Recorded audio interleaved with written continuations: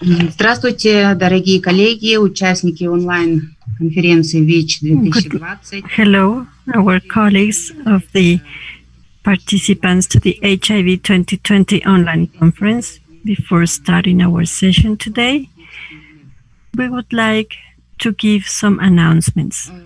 Данная сессия будет доступна на нескольких языках: на английском, французском, португальском. This session will be translated into several languages: English, Spanish, French, and Portuguese. Please choose the audio channel for the language. Follow the instructions that you can see in the screen. Choose your audio channel so you can listen to the simultaneous interpretation. Also, choose the interpretation icon and then the language of your choice. The next announcement is that the HIV 2020 online sessions offer a safe and neutral space for sharing of knowledge, experience in a mutually respectful manner. Within this conference, we operate the zero tolerance policy for any kind of behavior, such as abusive use of languages, aggressive expressions, and so on. This includes not only during the session, but also in social media, such as Instagram, Twitter, Facebook, and the others. So please abstain any opinion that may represent any distress to panelists, speakers, or translators, and as well as participants. For those who are engaged in this type of activities in a negative way, will be deleted without any further notification.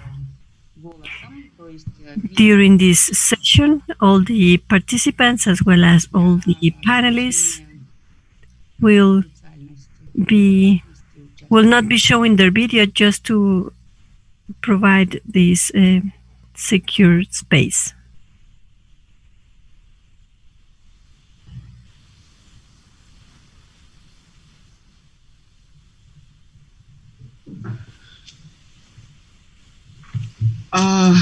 Мы начинаем нашу онлайн-сессию. Здравствуйте еще раз, дорогие коллеги и участники. So let's start the session. I would like to greet my colleagues as well as the participants to the HIV 2020 participants. My name is Karina, and I'm the representative of the ODIHR network, Shah-Aym Network. And today we have colleagues, also members from the Shah-Aym from different countries. Today they will share their experiences, and the topic for today is hate crime against those who exercise or practice sex work. So at the beginning of the session, we will show two presentations, including the experience of the Shah-Aym Network against these hate crimes against sex workers. We will speak about several definitions and many other definitions after this presentation. Then we will have 15 minutes for the Q&A session. After that, we will move on with a different topic. There will be two more presentations. We will speak about the whorephobia phenomenon. We will speak about the common aspects of these hate crimes, where we can find in our society, and within these two topics afterwards, then we will have a 15-minute session for Q&A. So the first presentation is based on our experience. It will be shown by me, Karina, and my colleague, Gulandom Bobojonova.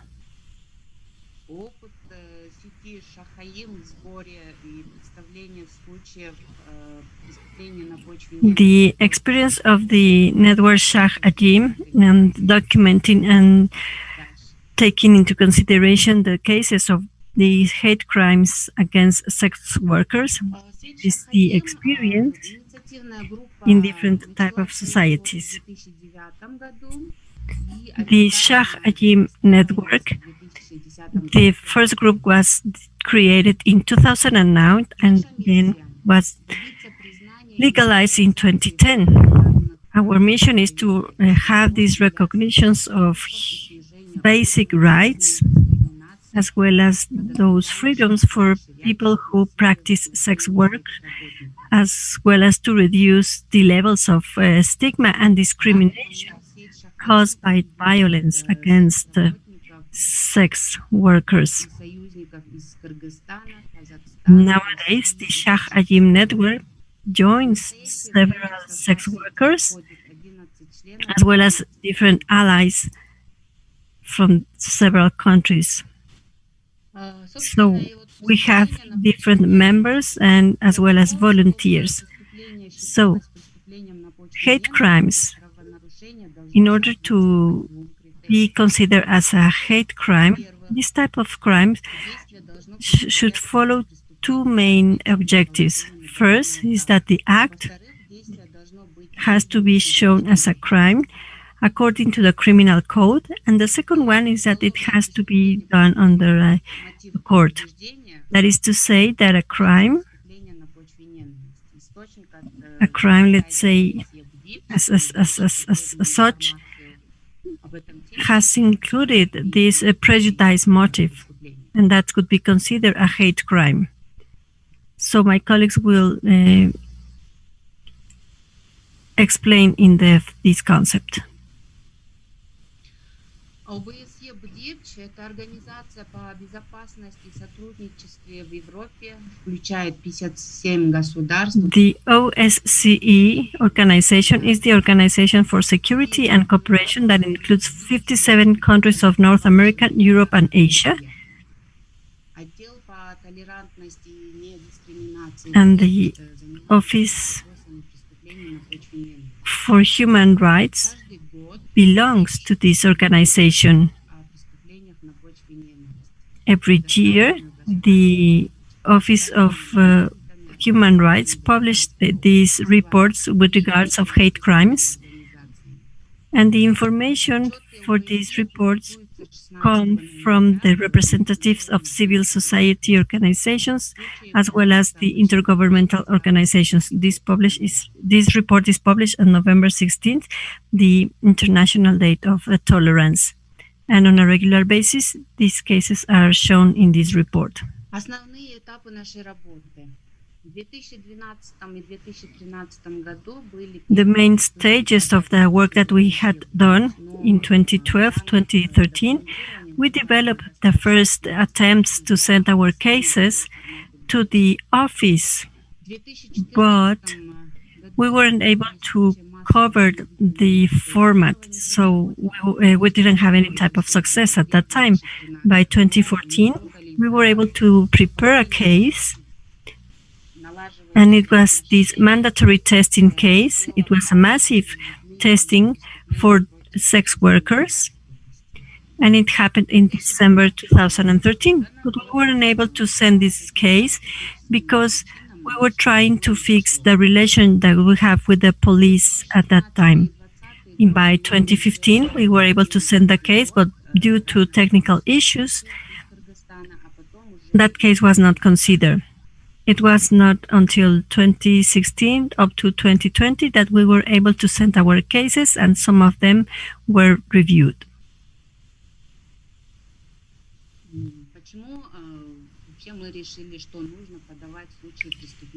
So why do we had decided that we should include all these hate crime cases against sex workers?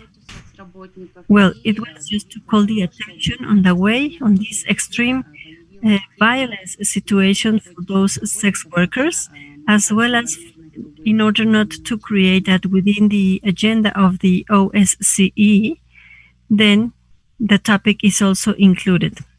So this topic of a hate crime against sex workers is included in the agenda. So, what are the background? We were based in the fact that we have this whorephobia concept, where this concept is similar to the homophobia or transphobia.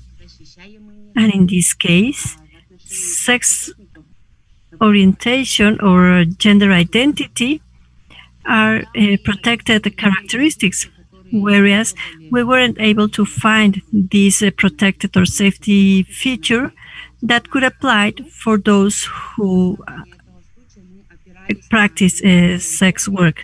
So when we found that first case where that we weren't able to send in 2013, we based on this in this concept of whorephobia. So we give an example of one of these cases that took place in London. Преступления на почве ненависти по признаку гендера пола. Those hate crimes with regards of that case in 2014, that because of technical issues were unable to reach the Human Rights Office, we decided then why our cases were not accepted at that time.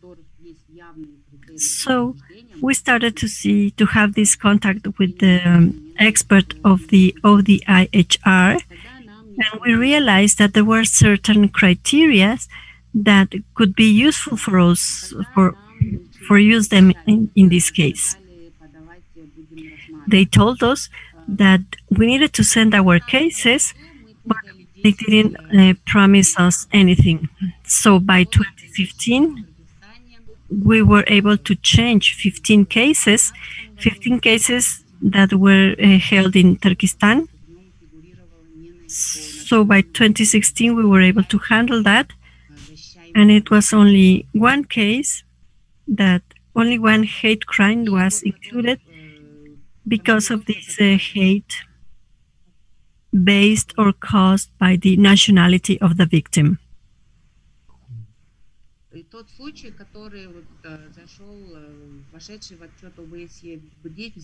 So this is the presentation of the case that was included in the OSCE report in 2015.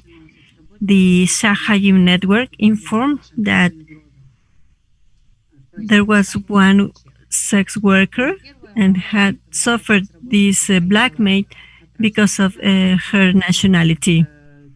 On May 1st, 2015, she was in the street where she was working, and then a patrol police car arrived with 4 police officers, and they used this violence, physical violence against her, and with that, they took her into the vehicle, and then they just sent them to the police office, where they started asking for money. They were aggressive, using bad words. They didn't allow her to go to the bathroom. So she was really abused. Further on, some of the police officers also was asking her to give him money, and when she just answered that she didn't have any money, then he told her that he was going to imprison her for 10 years, and regardless the reason, he will find a reason to put him in jail. So he started yelling to her. He started using very strong words. He said that she was a very dirty person, and that he was going to destroy her. So after that, this sex worker was taken to the court, where they gave her 3 days of arrest. Article 364 as a minor crime. So how do we recover, or how do we collect this information? Well, these documents of the violation of human rights in sex workers is taken since 2010, and this work has been started by the civil society organization DICE Plus, and then it was taken by the Shah-Aym Network. So when we were just having this documentation of human rights, it's easier for us to be able to choose those cases. And since 2018, we've been able to add a specific note in our databases specifying if this crime is based in hate or not. And since 2020, also we add this note in the documentation formats that are used by the volunteer lawyers, or the street lawyers as we call them. So this is some example of the documentation of the format that we follow, that since 2019 it's working in our database. So, and as of this year, this is the format that we follow. So here we ask our lawyer, we ask the attorney to mention if this crime can be considered as a hate crime or not. So they just answer yes or no. And then we ask for this any type of specification just to identify if there is a prejudice or not. After that, in order to explain how we collect data in Tajikistan, I want to give the floor to my colleague. Good morning. It is a pleasure to greet you. My name is Gulandom Bobojonova, and I'm from Tajikistan. Also, I'm a member of this Shah-Aym Network. Since 2017, we've started documenting these cases in order to separate how many of these crimes are hate crimes. And before that year, didn't have any documentation process, any regular process. So in that sense, it was really difficult for us to identify those cases and to send it to the OSCE. In Russia, we don't have that system. That is to say that all the documentation, it's done on a voluntary basis. Таким образом накапливаются случаи. Также источником информации могут быть СМИ. Another source of information could be also the media, but on a regular basis, they don't have enough information, and also they don't have like the complete perspective. So when they have these when they show these publications, we try to contact the victim.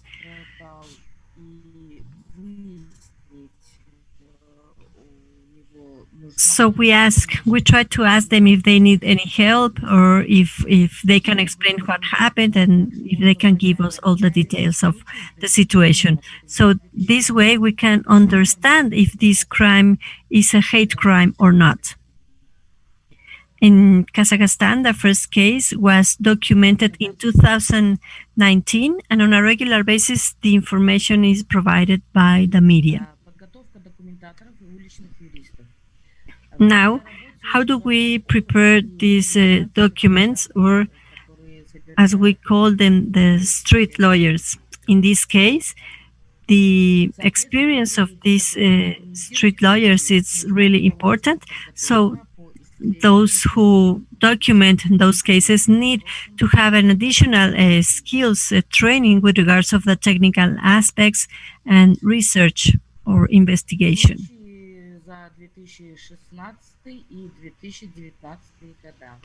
The cases from 2016-2019, as of 2016, we have sent 9 cases. 3 out of them were chosen preliminarily, but there was 1 case that was included in the final report. By 2017, we've sent 15 cases, and 2 cases from Kazakhstan and Russia were included there in the annual report. By 2018, we have sent 26 cases from Kyrgyzstan, Russia, and Tajikistan, and all the cases were included in the final report. By 2019, we had 15 cases from 4 countries: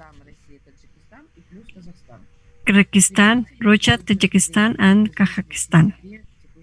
So we will get to know the preliminary results by September 2020. The achievements that we have had based on our experience on how to show these cases with these features of hate crimes show that violence against those who practice sex work, it's more visible and remarkable. And also that now the OSCE is included this issue within their agenda. By 2017, Shah-Aym, the network Shah-Aym, was invited to get training. It was invited for those hate crimes in Georgia. By 2019, this network participated in 2 consultative meetings in Portugal and Denmark. There's no sound.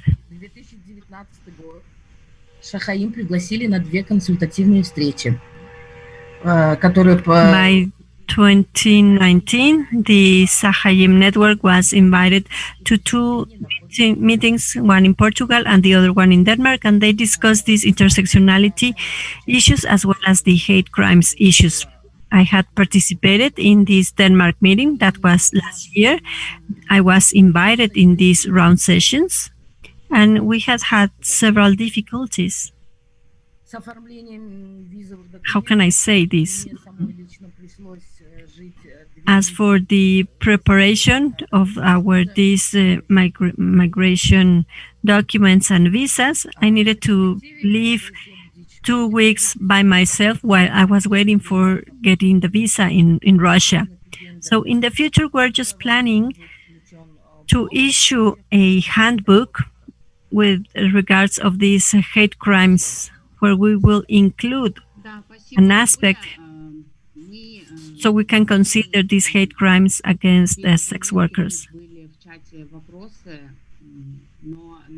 Thank you very much, Gula. We're just taking notes. There were several questions in the chat. Later on, we will respond to them after the next presentation during the Q&A session. So for those who are writing in the chat, if you could please write down your questions. Instead of writing in the chat, in the general chat, could you please just write them in the Q&A chat? I will now give the floor to my colleague Marina. Can you hear me? Hello? Yes, we can hear you. Thank you very much. My name is Marina from Russia,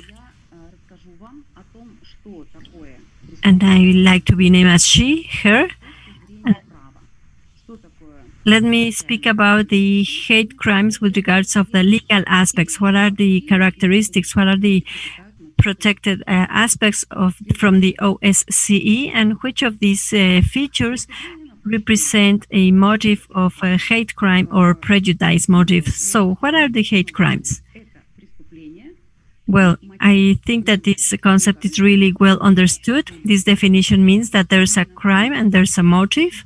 So this is not a way to try to obtain something or to get rid of something. So it is related with the hate. Here you can see in the image that the hate crime, it's an addition of a crime as well as the addition of this prejudice motive.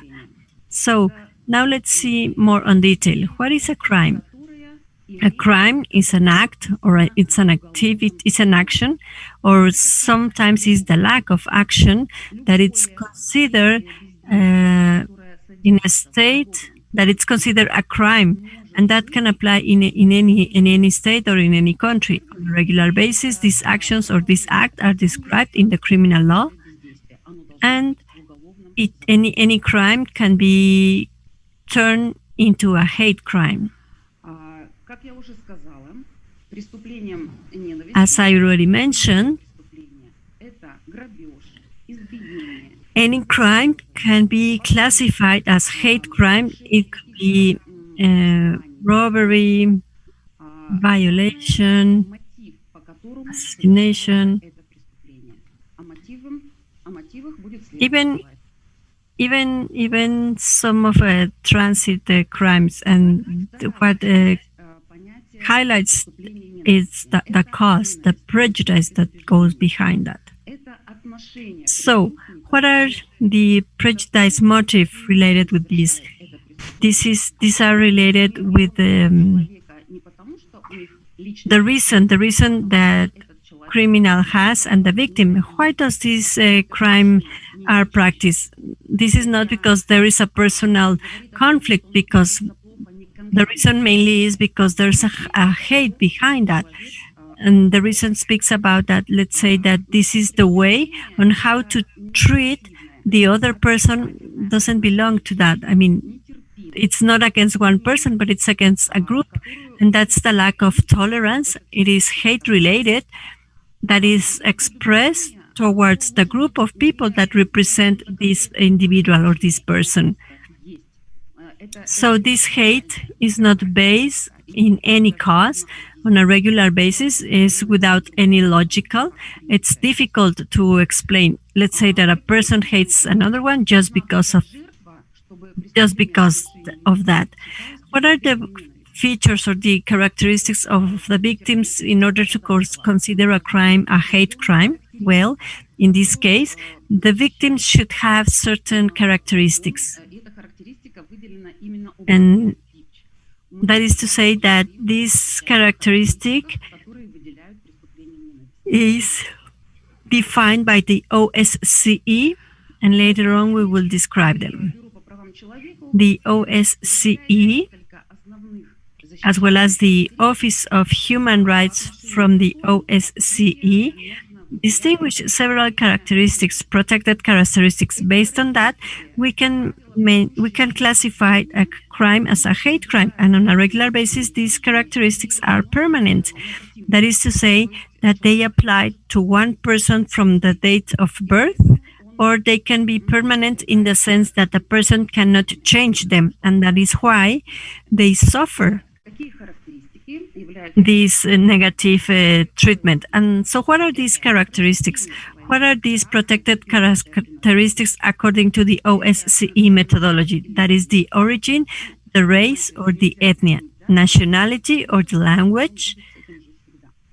As you can understand, we cannot change that because that's a person, that's how they are born and that's how they live through their whole life. The next characteristics is religion. The next one is sex. Then this sexual preference, then gender identity. And the next one is the health status or the different capacities with regards of their health. Some of these characteristics can be acquired throughout their life. Let's say, for instance, the health status or gender identity that might change. So these are the characteristics that are defined by the OSCE. So what are the motives that can be considered as prejudice? What are the reasons of hating the other? Here, in order to speak a little broader about this concept, we can mention several motives. It could be racism and xenophobia, and that is the hate towards one person based on their nationality. Also, these prejudices against anti-Semitism. As for religion, we can speak about this prejudice against Muslims, against Christians, or against any representation of any other religion. Then we have all these prejudices based on sex. For example, when women are hate just because they are women. And then also with gender identity, I think that this is truly understood when trans people are hated, or when people from a different sexual orientation or with several sexual preferences different to the rest, they are just hated because of that. So the next prejudice is against those who have health capacities that are different, or for those who live with HIV. Also, this is prejudice against those who use drugs. As we know, addiction is also a disease, and that's why the hatred against this individuals is motives. There could be also several, or there can be combined. And one person can be also prosecuted because of, let's say that this is a gay man. So how can we distinguish these hate crimes as a difference from the rest of the other crimes? As we mentioned, the most important thing is the motive. The motive is the one that distinguishes the hate crime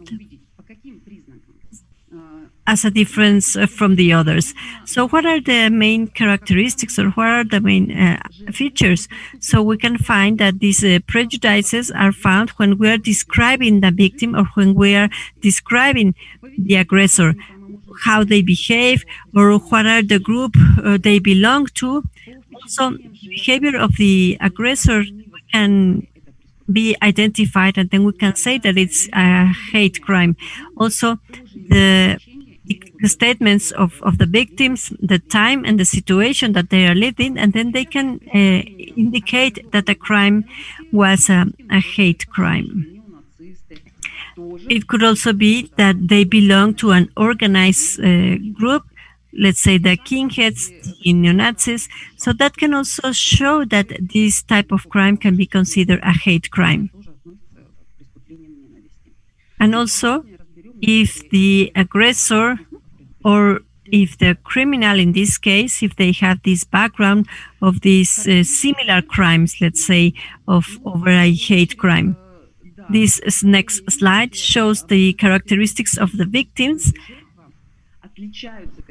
as well as of the aggressor. On a regular basis, what could be these characteristics? Well, there's a distinction between the victim and the aggressor, and that difference is the one that creates this attack. This is the situation that it could be a racial situation, or it could be like nationality, ethnia, religion difference, also gender identity or sexual orientation. Let's say that the victim also belongs to a vulnerable group, and the group that they are represented. Also, when there is any historical lack of friendship between these two groups, and if the victim belongs to one group and the aggressor to another, then we can speak about a hate crime. Also, when the victim is different and it is distinguished from the aggressor or from the majority as for their physical appearance, their language, their clothing. In this next slide, how this behavior from the aggressor can let us know that this is a hate crime. Well, these are very easy characteristics to identify. On a regular basis, aggressors try to find out themselves, or to be disguised as the group that they belong, the neo-Nazi, for instance, or in this case could be because they have tattoos, or they have several accessories, or because they wear uniforms, or because they have several physical features.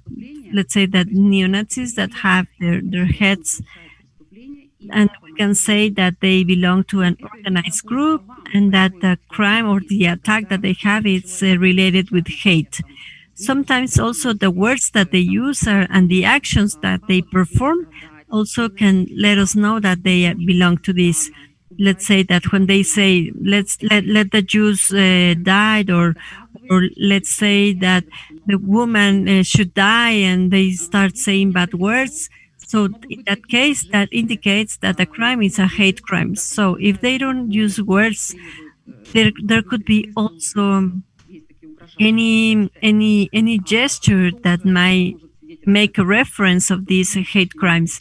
For instance, when they cut the heads, or when they shot in a different way. So in this case, we're speaking about a very complex characteristics or features that can let us know that these are hate crimes. In the next slide, we can speak about the place, the time, and the situation of the crime. Sometimes it happens that the aggressors, they are just waiting for the victims in the specific place or in the specific area where, let's say that they are, let's say, in the refugees centers or in those institutions where people that have different health capacities, or at the bars that, in that sense, the aggressor goes to those places. It is not there randomly, but they decide to be there to wait for the victim. Sometimes also it happens that for hate crimes, in these places where they just carried out these religious rituals, for instance, in these temples or at these cemeteries, and so on. Also, these situations can also take place in public spaces, and sometimes this might happen as a minor crime, or as an aggression. But in this case, the victim is different to the majority. They might have different physical features or different clothing. So when they carried out these crimes in a public spaces, this is a way to show how they hate them. Or it could be also that a crime is being taken place in a specific date or in a specific day, let's say that in a religious festivity, or let's say that in an anniversary of a national leader day or something similar. So what are the examples? The examples that we took from the practice and from the documentation that we did is from the media also. For instance, this local population turning to fire in a specific place because they don't like their lifestyle. So in this case, we can identify it as a hate crime. On March 8th, in a specific place, the representatives of a radical religious organization attacked the women that were there, they were just giving a specific demonstration, and it was previously agreed. And in the top photo, you can see how they were, the men were in black, and they just started taking down their flyers, and they just took their things. And this is a typical case of hate crimes. Also, anti-Semites also beaten a person just because he was a Jew. Another example, in Russia, there was one man that it was walking in the streets, and he was just beating all the women that he found in the streets. In the low photo, you can see that incident. He was just hitting women because he didn't like them. So he only received a small fine for that crime. After that, this violence against sex workers, it's only because someone say, or they might think that they are the ones who transmit the disease. As for sex work also and these prejudice cases, we have reached this section when we can speak about this violence against sex workers. These could be considered as examples of hate crimes. There was one case in England, and now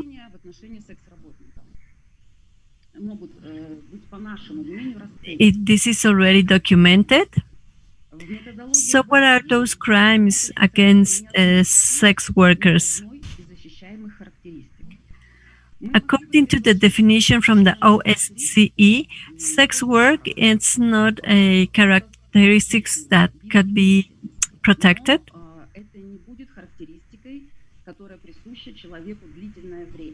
So sex work can be considered a lifestyle or a way to earn money, but this is not a protected characteristic because this is a non-permanent characteristic, but it's a temporal one. For someone, maybe 1 year, for some others could be 10 or 5 years, and sooner or later, people just stop practicing sex work. So that's why they are not considered within these protected characteristics. But there are some other intersectional characteristics that can be included. So why do we think that those crimes could be considered as hate crimes? Well, because the reason is evident. When a person is beaten or it's being aggressive with a sex worker, as you can see here in the lower photo, there is a man who is beating or who is hitting a girl who came from Africa, and he is just beating her because of her color. He's just telling her, "You black monkey, you are just here transmitting AIDS to all these Russian people." So you can see also on the top photo these men that are just punishing this woman. According to them, a real woman cannot behave this way and cannot be acting like that. So they have a concept of what women should do or should not do, and that is why some of these crimes or some of these violent or aggressive actions can be considered as hate crimes based on nationality, gender, and some other differences. So that's why we have this opportunity to include within hate crimes in this OSCE report, because some of these features make them that be considered as hate crimes. So thank you very much. Thank you, Marina.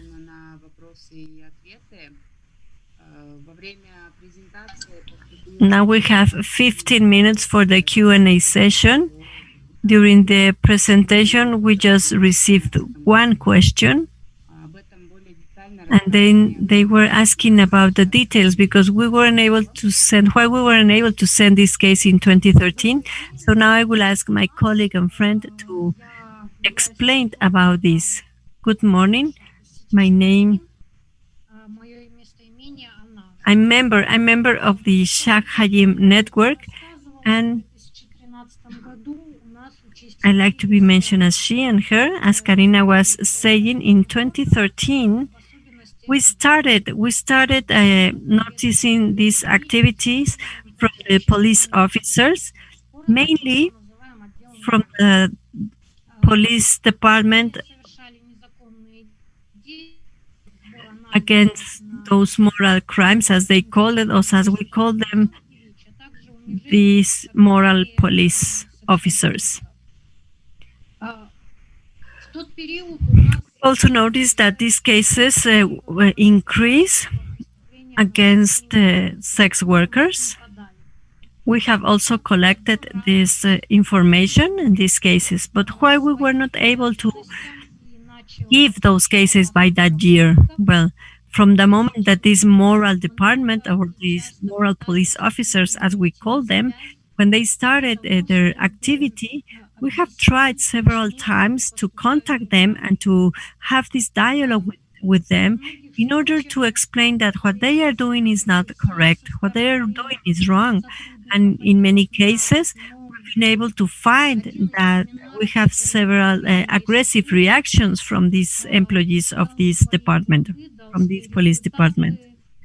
And some of the seminars that we carried out have good outputs. We were able to not only speak with them, but also we were able to have this contact, have a contact, and we were able to speak about different details, explaining that they are just violating human rights by acting like that. So we've been able to have this good understanding, and not only that, but also we've been able to explain to them that the human rights violation had been a result of this seminar, and that mainly on the basis they had been reduced, and just not to we just decided to make the decision not to show that case to the OSCE because the good relation that we were able to build with the police officers. Спасибо, Шахназ. Thank you, Shahnaz. Есть ли еще вопросы у кого-нибудь? Is there any other question?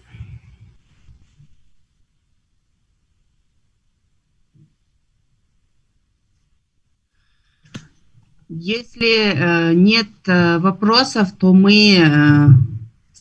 Well, if we don't have more questions in this case... Тут в чате пришло сообщение, скиньте ссылку, как людям подключиться. Полезная сессия. They are asking in the chat to have the link. How can we contact you and how can we join? This is a very useful session. It seems that the link was sent, but people are not able to log in. We will try to send it again by email. So whoever is asking was not registered, it could be that then the link is not working. So in order to participate in this session, first you need to register in the official website of the conference, as well as to register in the Zoom session. So maybe that's why you are not able to log in. So if we don't have any more questions, let's move on. Let's move on to the next presentation, also from my colleague, and I would like to give the microphone to Christina. Good morning, dear colleagues. My name is Christina Makhmicheva, and today I'm a member of the Shah-Aym Network, and I would like to be referred as she. In this next presentation, we will speak more on detail about this whorephobia phenomenon. We're using this term in English on purpose because the translation would be, unfortunately, very denigrant. As for those who practice sex works.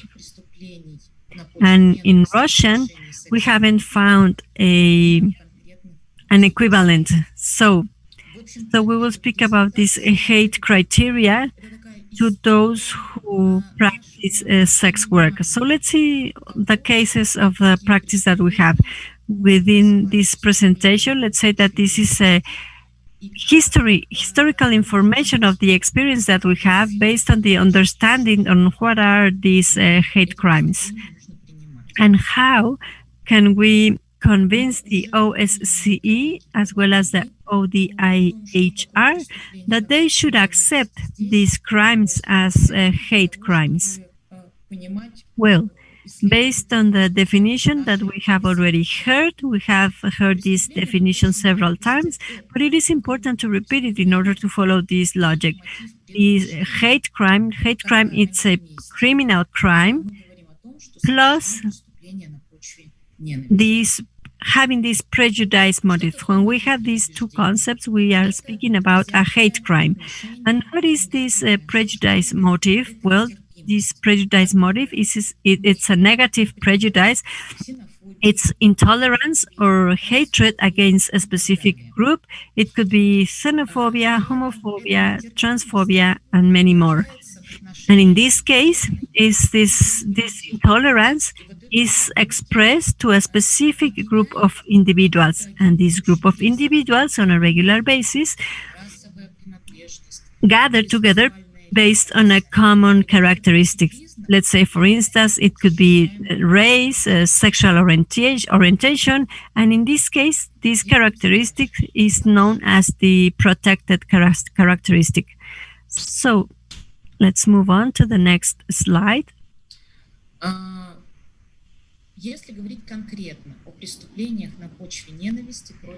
So, we're speaking about the hate crimes against those who practice sex work. Here we have a prejudice motives, and this is whorephobia.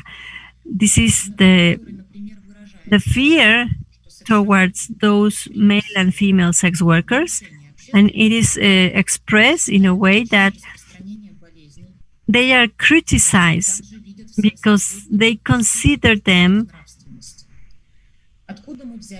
as they can spread any type of disease and that they commit any type of crime against morality. So where do we get this definition? Well, maybe many of you know about activist Thierry Schaffhauser from France. In 2010, an article was published where this phenomenon was defined. So in that case, we have the motives. And what are the protected characteristics in these cases? Well, in this case, the protected characteristic has to be included together with the prejudice motive. Let's say, for example, xenophobia, the characteristic is race. And in this case, what is the protected characteristic? As Marina already mentioned, the sex work is not considered as a protected characteristic if we base this OSCE approach, because this is non-temporal. This is not a permanent characteristic as the ethnia or as the nationality itself.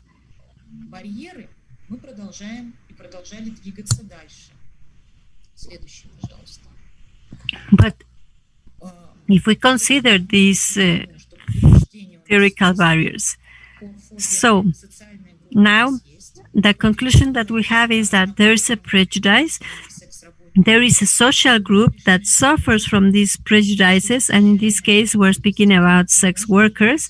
So we concluded that in this case the protected characteristic could be gender or sex, or it could be gender and sex.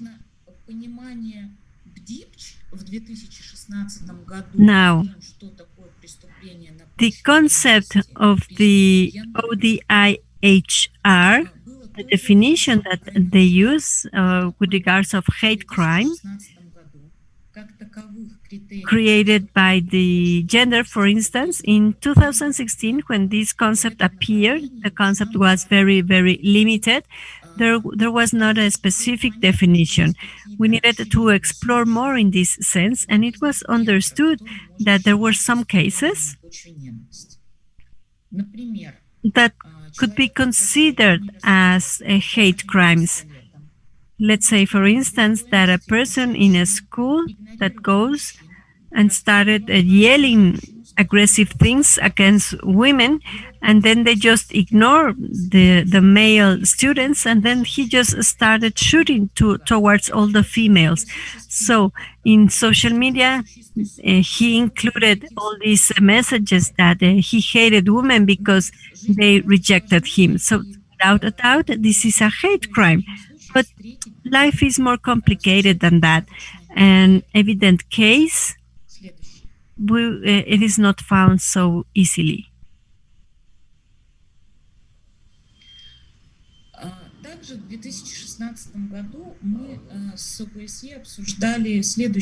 Also, in 2016, together with the OSCE, we discussed the following question: why many cases of domestic violence are not included within the OSCE cases as hate crimes in having this gender motive? And we reached the conclusion that the purpose of this report is just to call the attention towards the social phenomenon of the hate crimes that in many cases authorities and the state ignore.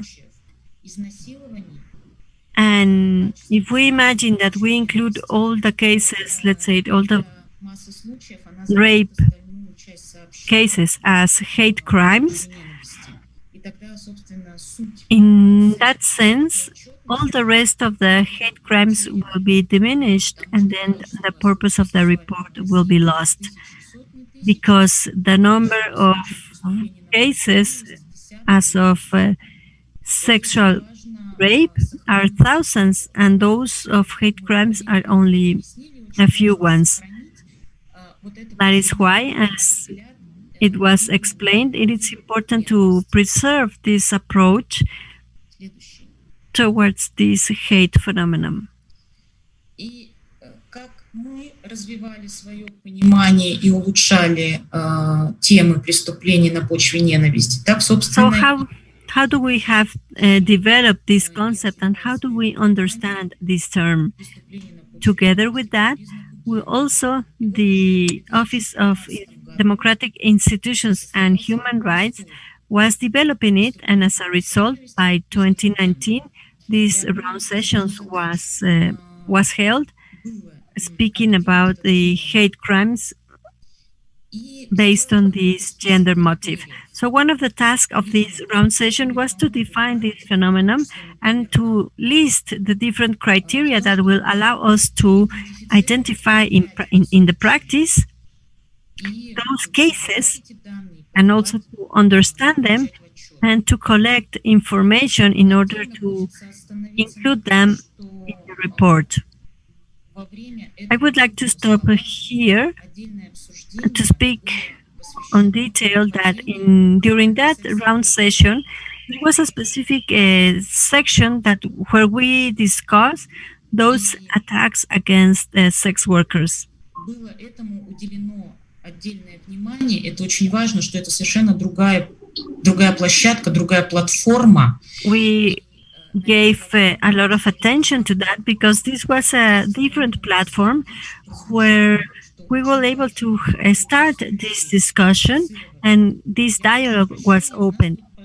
And the OSCE mentioned and said that it seems that there's an interference here, and it seems that maybe someone opened their microphone. Please, to all the attendees, keep your microphones muted. It seems that there's some interference.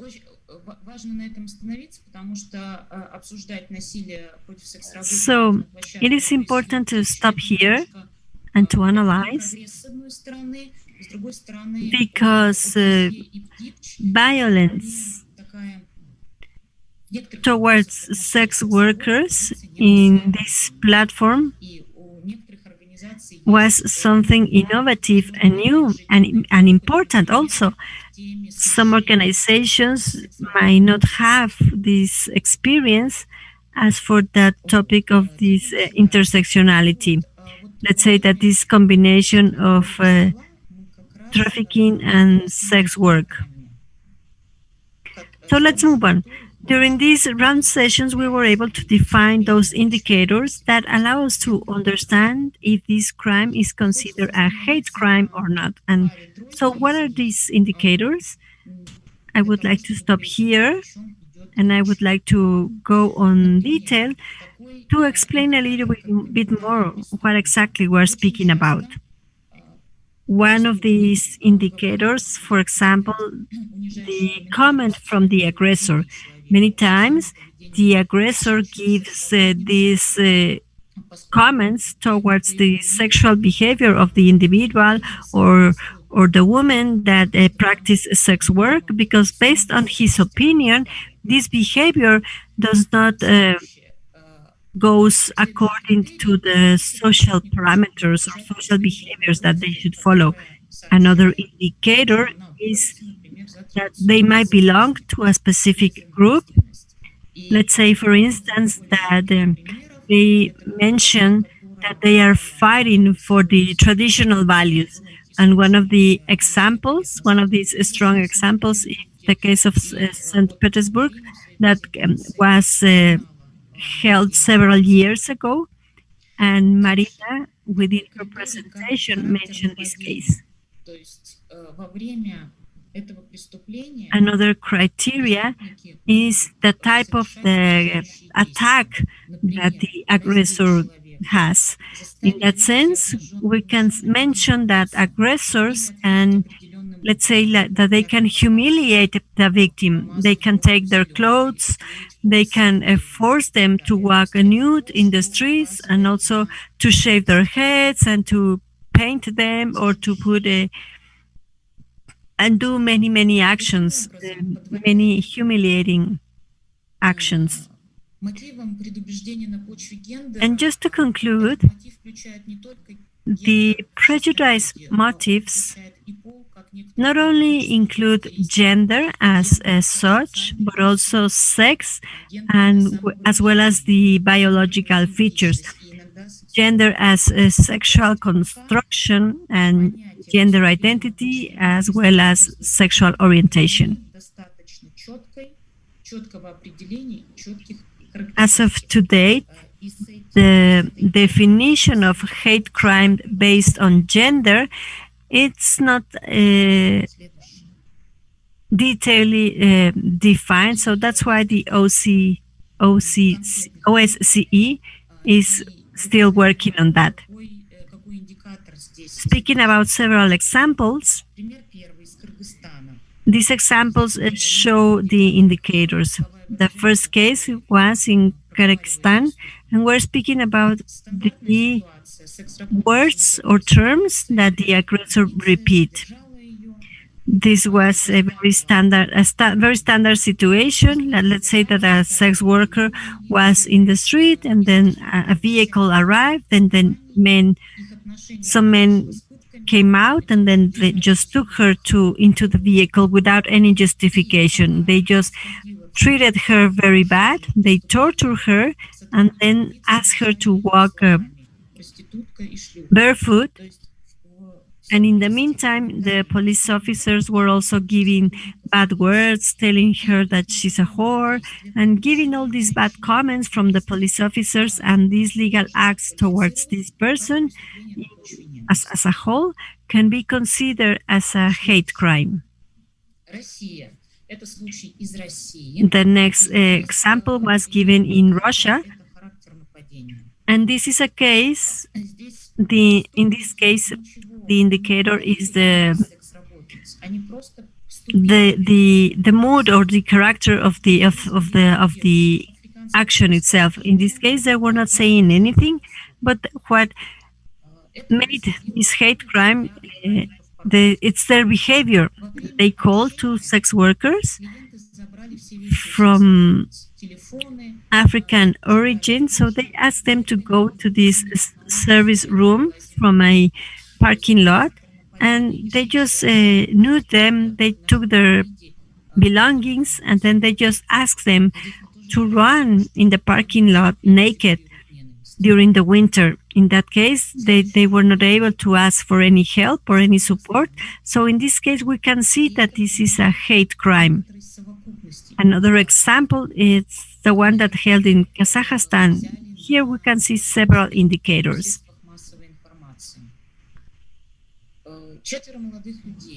This example comes from the media. There were 4 young males, three males and one female. They were just monitoring these thematic websites where they can see the announcements of those who practice sex work, and then they just call them. They just invite them to provide their service, and as soon as they just arrive to the address that they mentioned, this group then harassed them, and then they just hit them. So we can see several indicators here. They were not only monitoring the website pages in order to obtain a benefit for those who publish their photos without any clothes, but they were just using this mask as if they were clients. So all this behavior make us think that this is a hate crime, that this is a crime based on one prejudice. So what are the perspectives of the interaction as for the future within the OSCE and the ODIHR? As we had already mentioned, these hate crimes, as for gender motive, still they don't have like this cognitive instrument. There's no theory. We have certain data, we have certain material, but so far we haven't been able to collect all the information. They are not gathered in a handbook. Now, the OSCE, it's planning to develop one of these handbooks. The Shah-Aym Network, together with the Forum of Sex Workers in Russia, started developing this work based on these indicators, collecting all these hate crimes. So we started that job last year, and today, during the presentation of this important session, is when we have this, and hopefully we can conclude it and we can send it to the OSCE during the following months. So, as of now, this is the information available for your consultation. For those of you who would like to send your cases, here you can find the link, the website address, where you can find information in English and in Russian.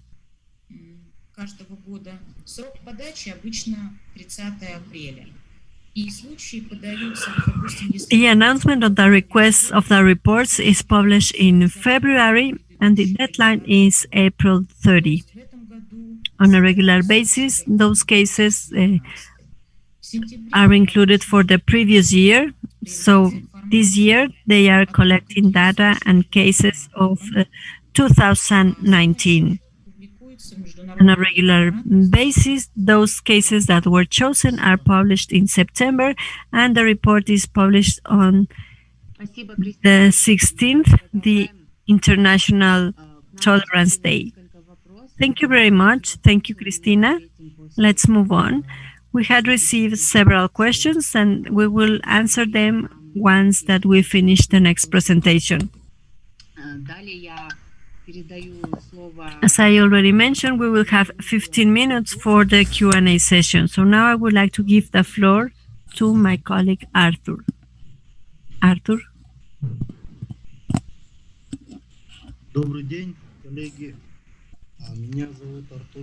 Good morning, dear colleagues.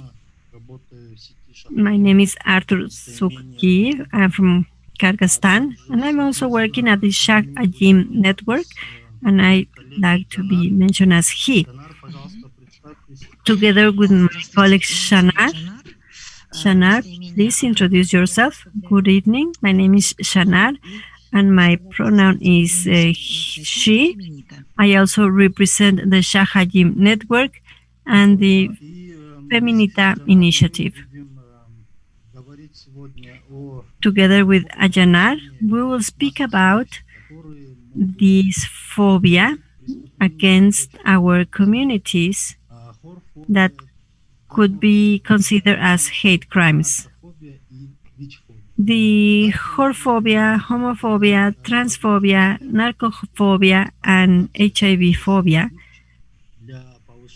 And we will speak about the possibility of human rights and this lobbying with the OSCE in order to increase the visibility of these violent hate crimes.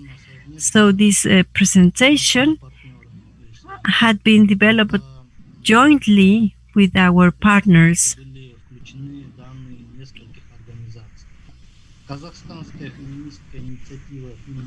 There are several authors within this presentation, and we have information from several.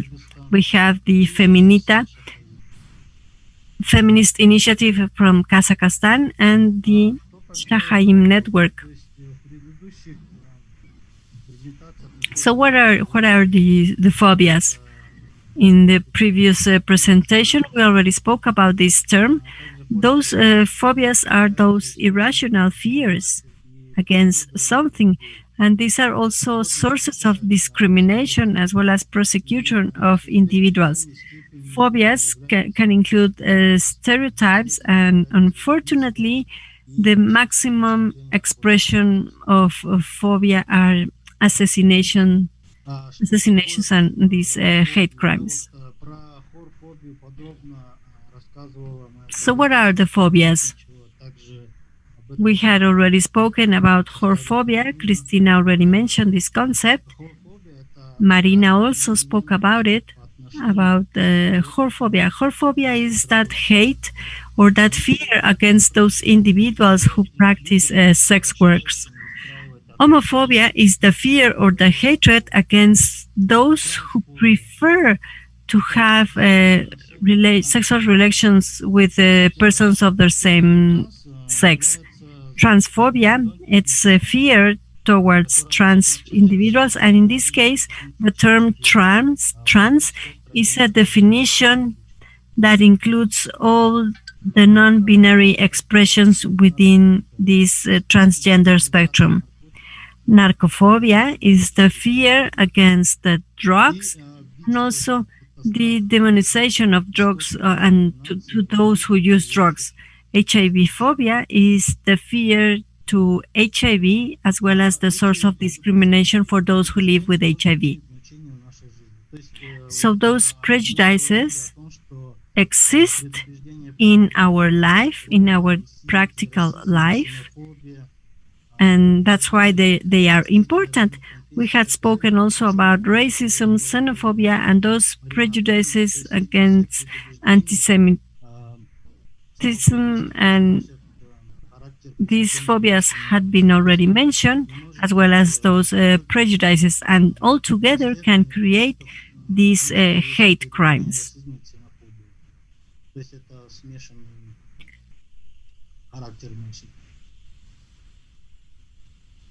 Many times, these crimes not only exist because there's a racist or a xenophobia situation, but they include some other prejudices.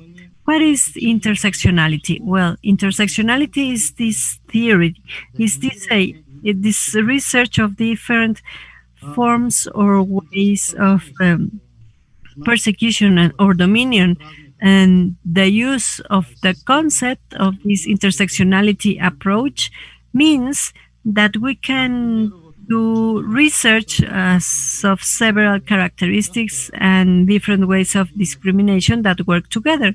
Many times a person can can belong to different groups, and it is not possible to identify only one motive of hatred.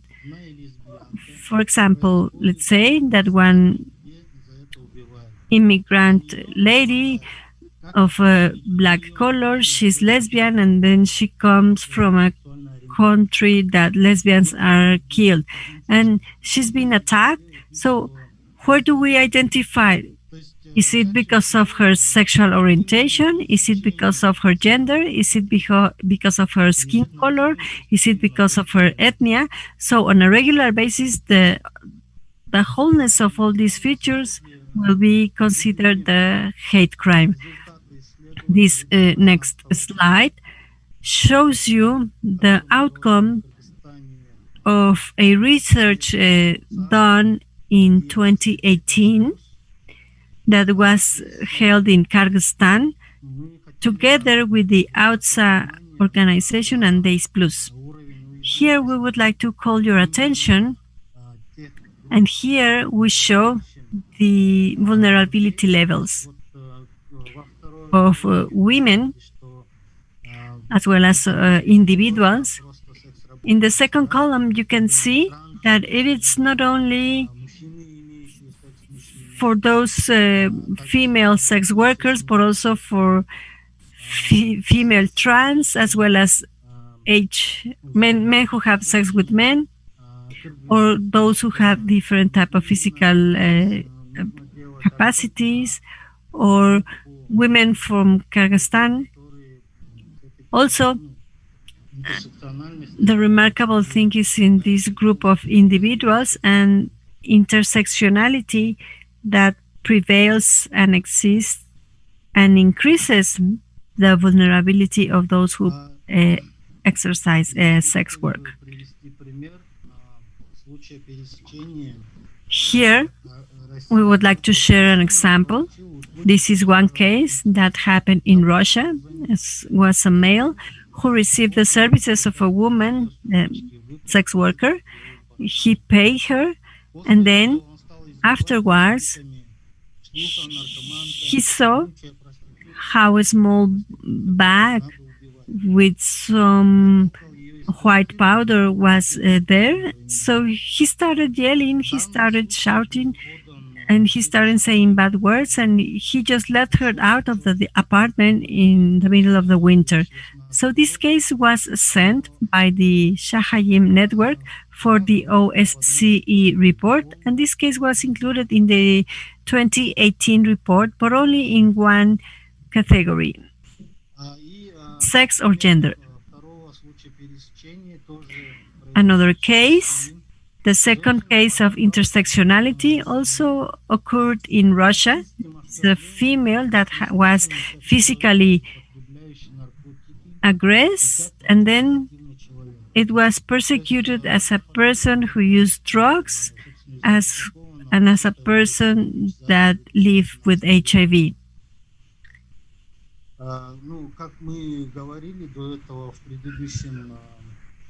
This is how this case was included in the report of 2018, but as we just mentioned in the previous presentation, the OSCE still doesn't use the term of the person who practiced sex work. So in this case, the specific case was explained by the network, and it was included in two categories: the one of sex and gender, and the principle of different health capacity. And here, all those cases related with a different health issue can be considered here. And then, as for the use of drugs, it seems that the OSCE is not including them. Now we give the floor to Janar. What Arthur was saying and Cristina were saying, as well as Marina, as for these hate crimes, here I would like to mention the reasons. The reasons, for instance, provoking the masses to this hatred. Unfortunately, that happens, that occurs, and then that turns into a crime. Let's say that in the Almaty in Kazakhstan, due to money aspects and due to taxes issues, the city hall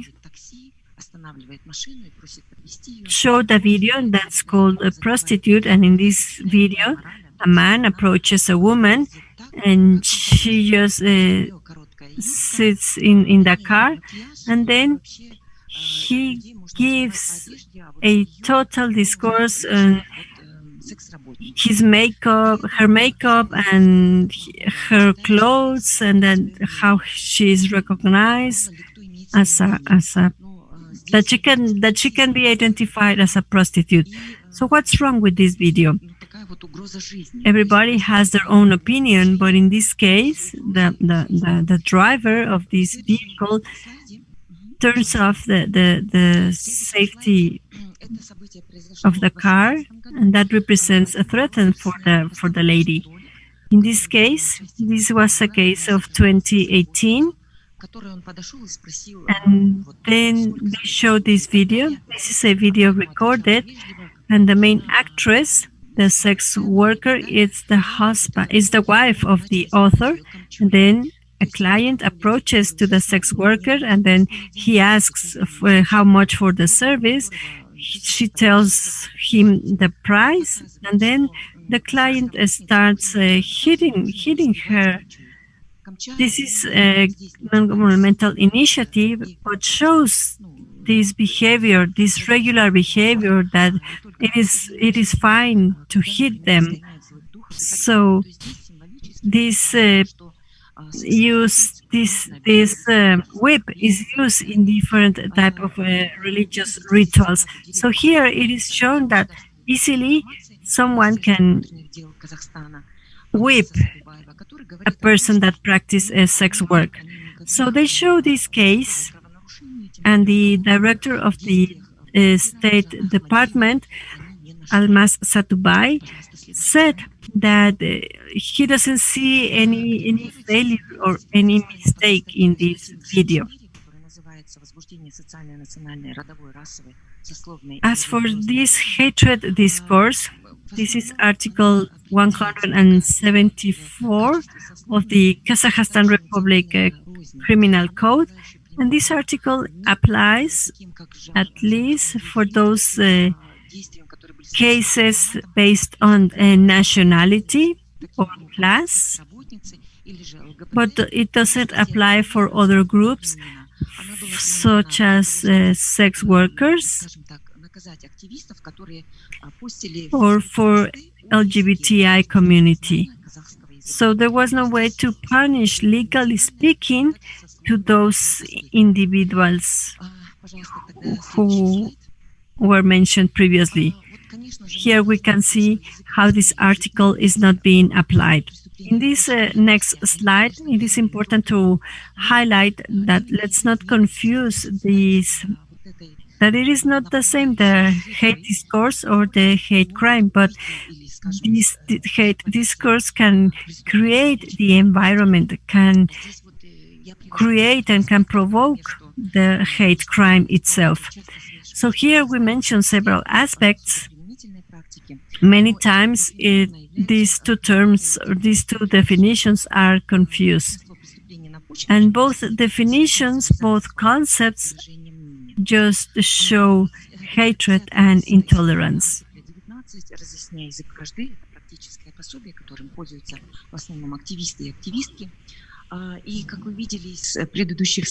So we took this information from Article 19, and as you can see in the previous slides, when there is this background information, when we speak about these behavior statements or different statements or these private initiatives,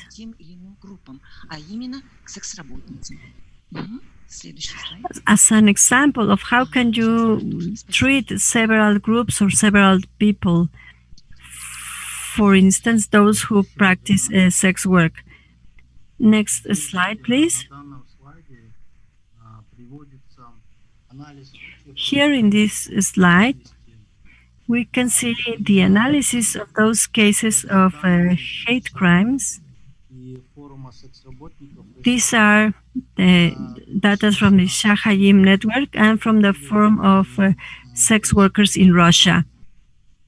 In 2018, there were 35 cases, as you can see in the slide. Most of these cases, 30 of them, have these sex or gender motives. 3 cases were for sex or gender cases or racism and xenophobia. And there was 1 case based in sex gender and different health capacities. And there was also another one with sex gender and prejudice against Muslims.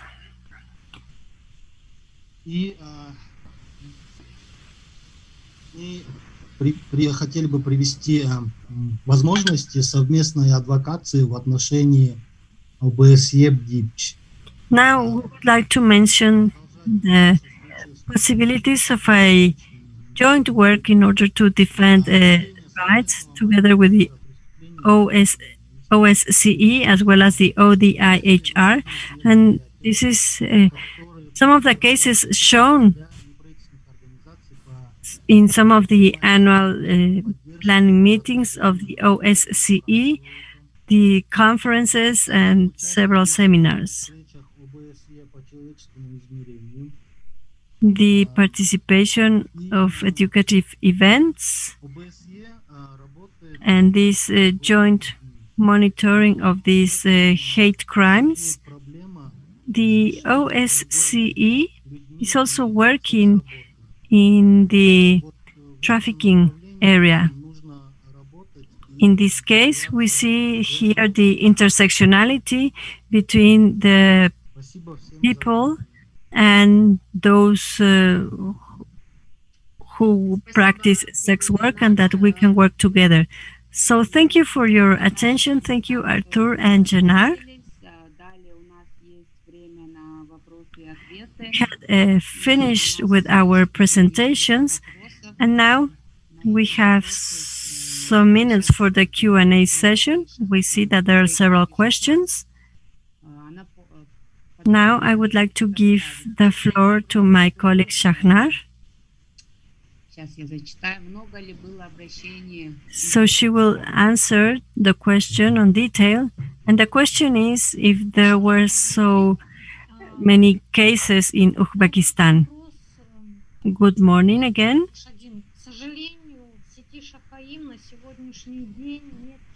I can only answer that unfortunately in the Shah-Aym Network nowadays we do not have representatives from the community of sex workers in Uzbekistan.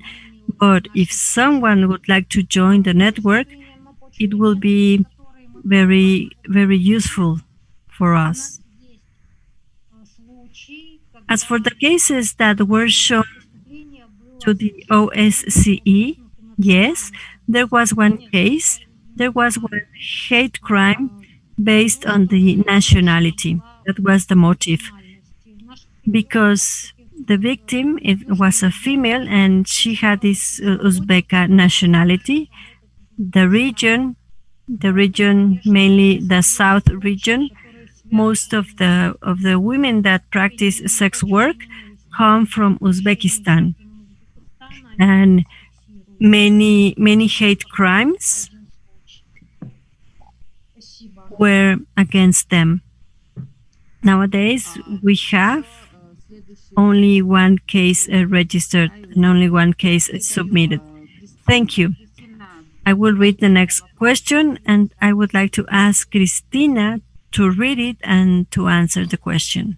Я не вижу вопрос, он ушел куда-то вверх, если он у тебя перед глазами. I don't see the question. Well, let me read it then.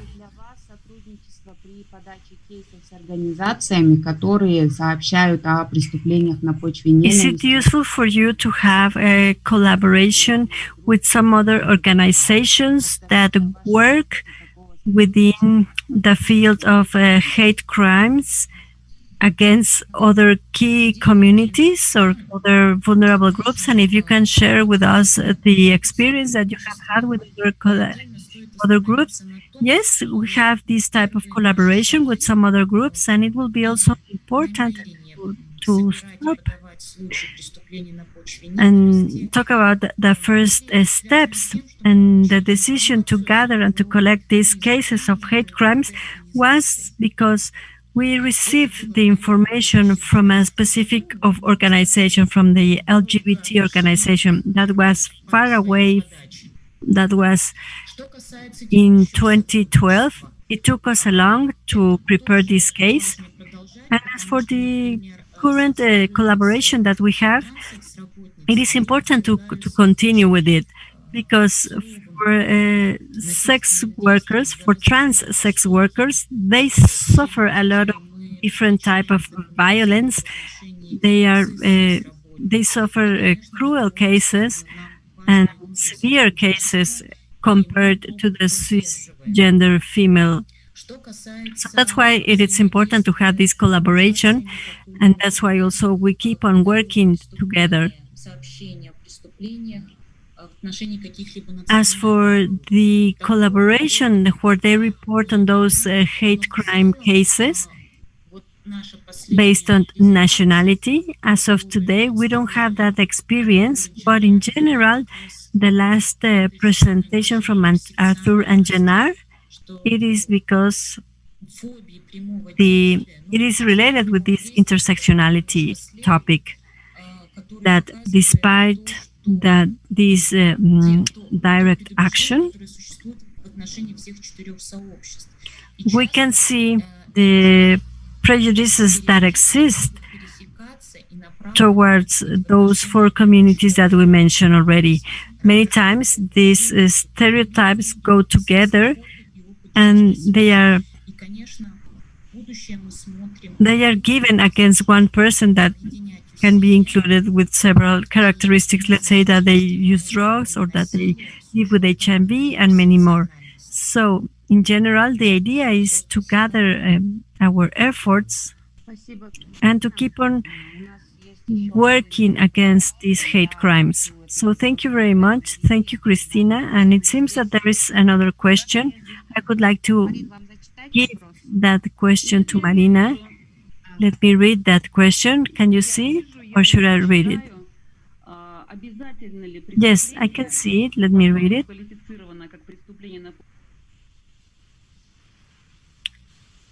Is it necessary that the crime... It seems that there's a technical, an audio problem. We cannot listen to Marina. We cannot hear her.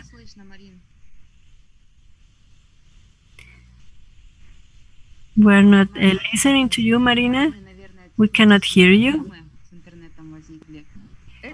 It seems that Marina had a technical problem. So is this the correct question? Sorry. Yes, let me read again the question. Is it mandatory that the crime has to be classified according to the criminal code of the country that it occurred in order to be published in the report, or do you identify those features within the crime? Let me answer. This is not a mandatory issue. It is not mandatory that a crime should be registered or recorded. The OSCE and the ODIHR divides these two concepts as the crime itself, and then as the incident or the incidence of the crime. I will not explain this in detail, but the important thing here is the OSCE understands that not all the crimes have this official character or this official feature, or that not all the crimes are registered, and that is why they don't have this requirement that it is registered, or that there's like a legal process as such. They don't have that requirement. It is sufficient that the crime is documented by the non-governmental organization that is in charge of it, and that they are just showing the case. But if the case is documented, that is to say that it can be shown to the OSCE, but we don't show any case. I mean, before that, we need to do the research on the details. We need to find out if there are certain features or characteristics of a hate crime according to the OSCE methodology. So we try to find out. We need to confirm, and we also need to find out all this proof. Let's say the place where the crime happens, or the prosecution of the victim, and so on, and many more. So all the aspects that the ODIHR methodology requests us, we just collected that information, that then we decide, or we make the decision if this crime is considered a hate crime. And then after that, we send it. So the OSCE studies that case, and then at the end, the final decision is taken by the ODIHR if the case is considered as hate crime or not. So that's why I want to reiterate here that it is not necessary that the crime has this official status, and it is not mandatory that it has to have this legal resolution, because sometimes we don't have enough criteria. Let's say that there are some cases that are included in the media or in those documented cases. Sometimes we don't have that information. So sometimes some cases are considered crimes and some others are incidents, that is to say non-registered crimes. So they can be included as at the report, even though they are not extra officially documented. Thank you, Marina. We have one more question. It's in English. Why is so much significance placed on working with the OSCE? This is one of the organizations, or this is one of the platforms to which we want to explain about the problem of this violence against the sex workers. We are just working together with some other organizations, and we are collecting data to collaborate with more committees or with more other groups.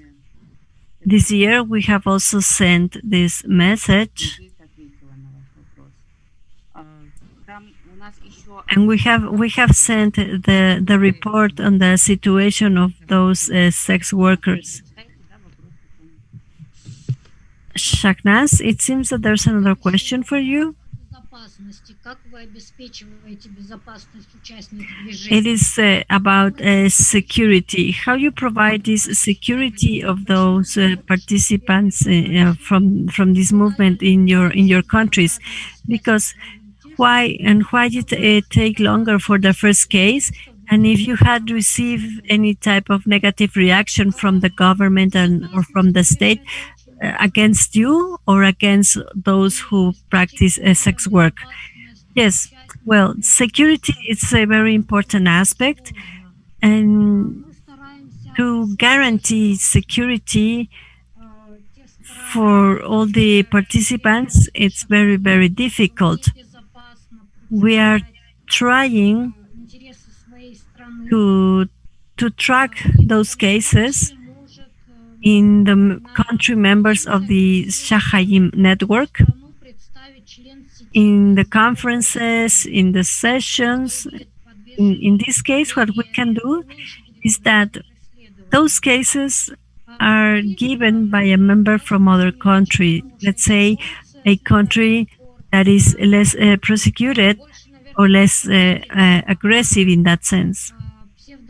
And yes, of course, we have had these negative reactions, not mainly from the state or the government, but from the pseudo-patriots that attacked activists. We have also taken all the precautionary measures. We have closed our sites, and we haven't done anything in the media, or we haven't done anything that might show us publicly. So we try to work more openly. As for the government, it happens that many times when we receive these recommendations about our reports, the government is the one in charge of developing or creating these work tasks in order to provide these responses. And then on our behalf, we work together, but our government tries to not to give attention to those issues related with these key groups or vulnerable groups. Of course, we try to correct that situation, develop or we do the monitoring of those sensitive issues. It is very, very difficult to convince those governmental representatives, and it is difficult to convince them and to make them understand why it's important to include and why we should give follow-up. As of today, we haven't suffered any type of pressure against those activists from the government, but it happened that 3 times we've been able to see that there's been an attempt on this criminalization towards those who practice sex work, but we've been able to stop that criminalization.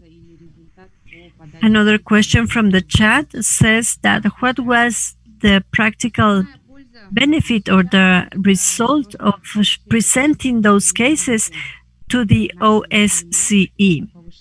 If you may allow me, I would like to answer. The positive aspect or the benefit of that is that nowadays this issue and the problem are more visible. Within the plans that we have, within the plans of the ODIHR, the idea is to develop this handbook, to develop this hate crime handbook. The posture or the image that the OSCE and the ODIHR has, it's let's say it's not yet defined. It seems that there are no more questions. It seems there's one question. Yes, if there were cases from Azerbaijan, it seems that there's no any request from that country.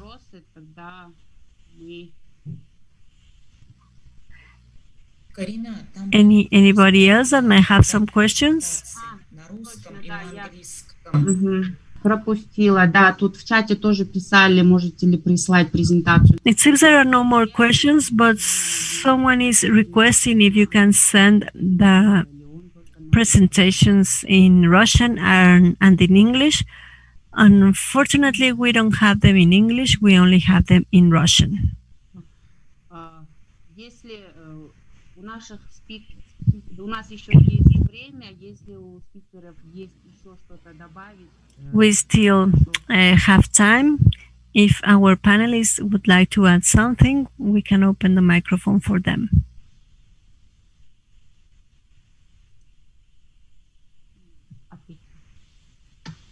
Я могу добавить.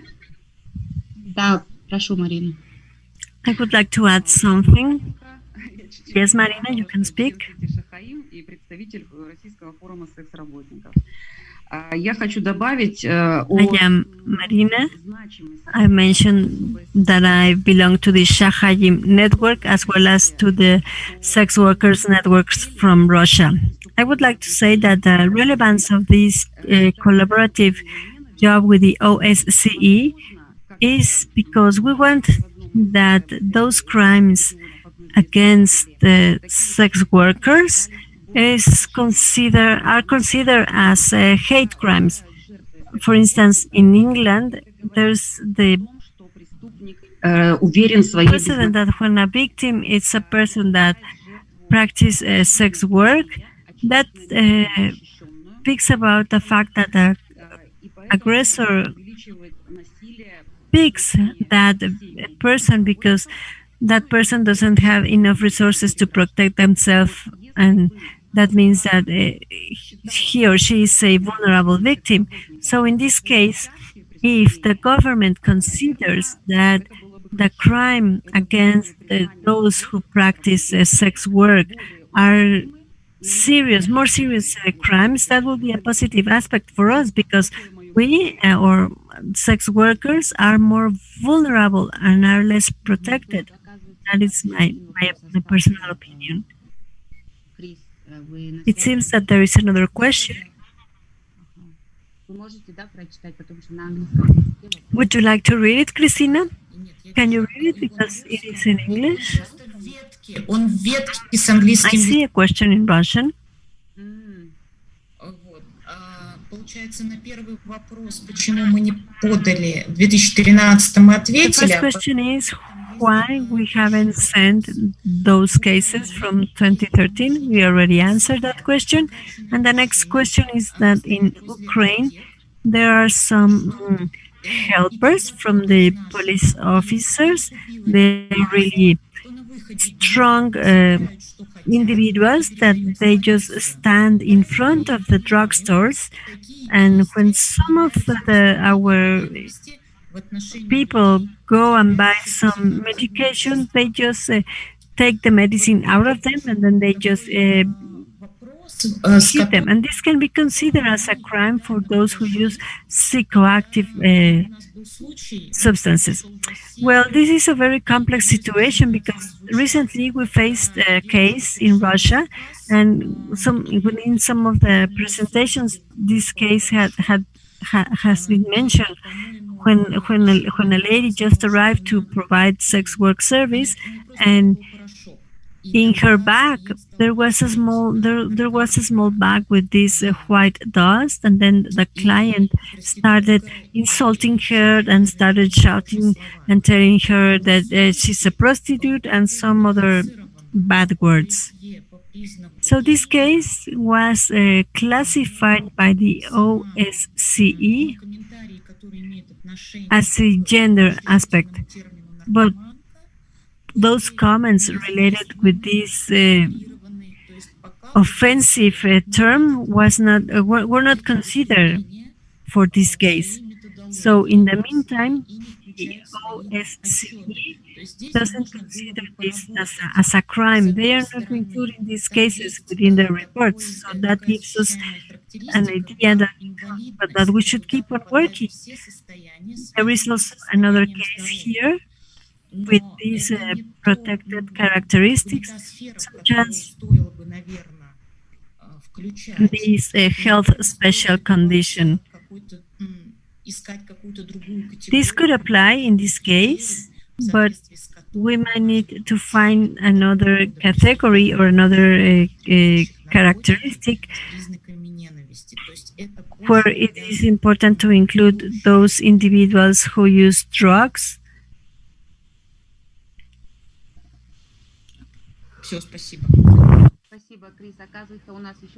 Within these hate crimes.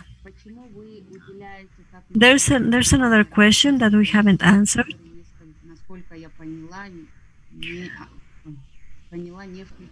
Why is so much significance placed on working with the OSCE if they don't include these racial prejudices within the definition of hate crimes?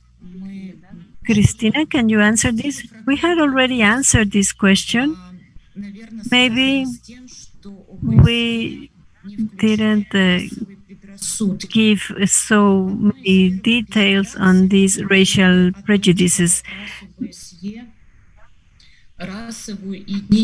one of the first presentations, we mentioned that the OSCE includes race or the ethnia as a protected characteristic, and these prejudice motives as xenophobia or racial intolerance is one of the parameters to be considered based by the OSCE to collect these cases. So later these cases are submitted. So that is to say that yes, this prejudice is included. I think that we had answered that part of the question, why we consider it's important to work together with the OSCE. The only thing that I want to mention is that this is only one of the platforms that we are working with, and where we're just calling the attention towards this problem of violence. I also want to mention that this joint effort, when several channels work together, we can improve the whole situation. So thank you very much, Christina. It seems that there are no more questions. We are still having 10 more minutes to close the session. Есть ли у кого-то еще вопросы? Можете написать в разделе вопросы-ответы и в чате, если кто-то. Maybe someone would like to ask some questions. You can write it in the chat box.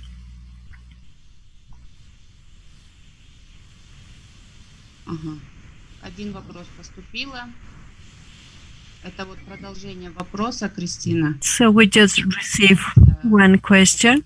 It's just a continuation of the previous question. Can do you want me to read it, or would you read it, Christina? It seems that we have already answered that question also.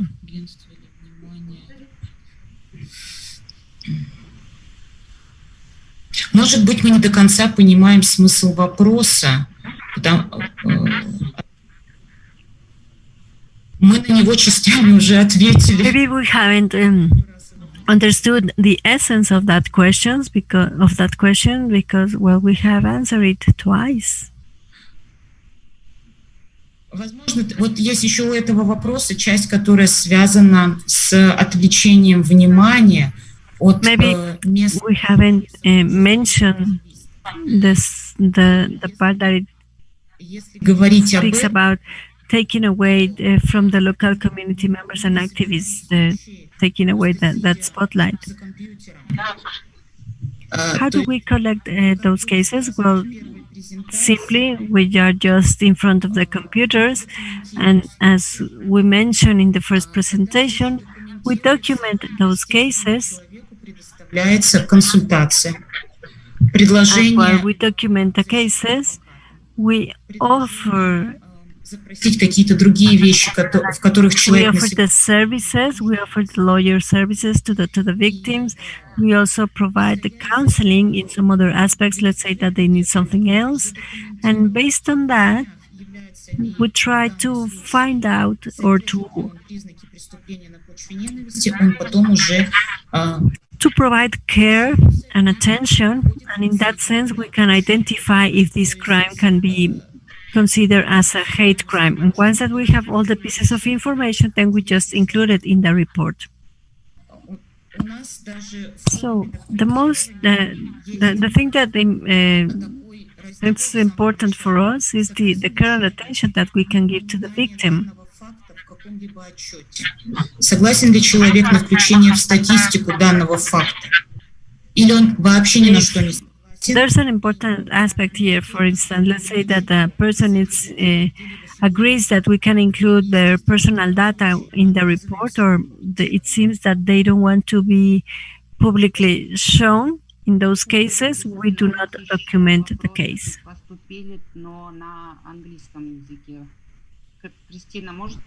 There is another question in English. Can you help us reading the question, please, Christina? Первый вопрос из Австралии. Как сообщество занимается вопросами восстановления? This question comes from Australia, and it says, how does the community manage recovery from hate crimes? How long does it take to recover? And if sex workers can receive some money just to take a pause in their work. Maybe this is the most difficult question that we try to answer. Unfortunately, not all the organizations that work with sex workers, included the Shah-Aym Network, have these centers when sex workers, or where we don't have like these rehab centers where they can go and receive care and attention and treatment. In some cases, we have these temporal centers for these specific periods when the case it's being produced on a regular basis. This period can be expanded until we get like a positive response. Even in those cities where we have this type of shelters, we find several difficulties. Unfortunately, not always those centers can cover all the needs of those who practice sex work. They cannot buy, for instance, they cannot buy cigarettes, or they cannot, let's say, any snack or any something that they would like to eat, because sometimes they are just there with their children, and it's difficult to cover the needs of the children also. And that also forces them to go back and work again, and that puts them in risk. So sometimes the organizations give follow-up and help them that in the future they can go back to work in a safer environment. So thank you very much. Can I add something? I would like to say that our daily activities within those who practice sex work on a regular basis, we don't have like this division between hate crimes and the other crimes. For us, in order to give the attention and to provide care, it doesn't matter the motive of the crime. What matters is the idea of giving that support, because that is really difficult on a regular basis. Those who practice sex work, it's really limited with regards to the resources, and we cannot support all of them, financially speaking. But we offer this legal counseling, and we have successful cases when we found the lawyers through some other organizations. It was easy. It is not easy, sorry, because not all the organizations are willing to work with people who practice sex work. For us, it is really important to expand our collaboration with the women organizations, or so many more. In this case, this year we have a rape case for a female sex worker. She just requested support. She sued the aggressor, and the decision from the court, let's say that it was a very soft decision. It was not relevant, and there was no way to hire a lawyer because the organization that was supporting her said that because of COVID, there were no resources. So we offer that type of service also. We give this type of support. Thank you very much, Marina. Thank you to all the attendees. Unfortunately, we're running out of time. Thank you, everybody, to all the panelists as well as to the attendees. Thank you for your responses. Thank you to the organizers of the HIV 2020. Thank you to the interpreters who have been working several languages. There were several questions, and we are so happy that this session was really interesting for many more. So with that, we close this session. Thank you very much.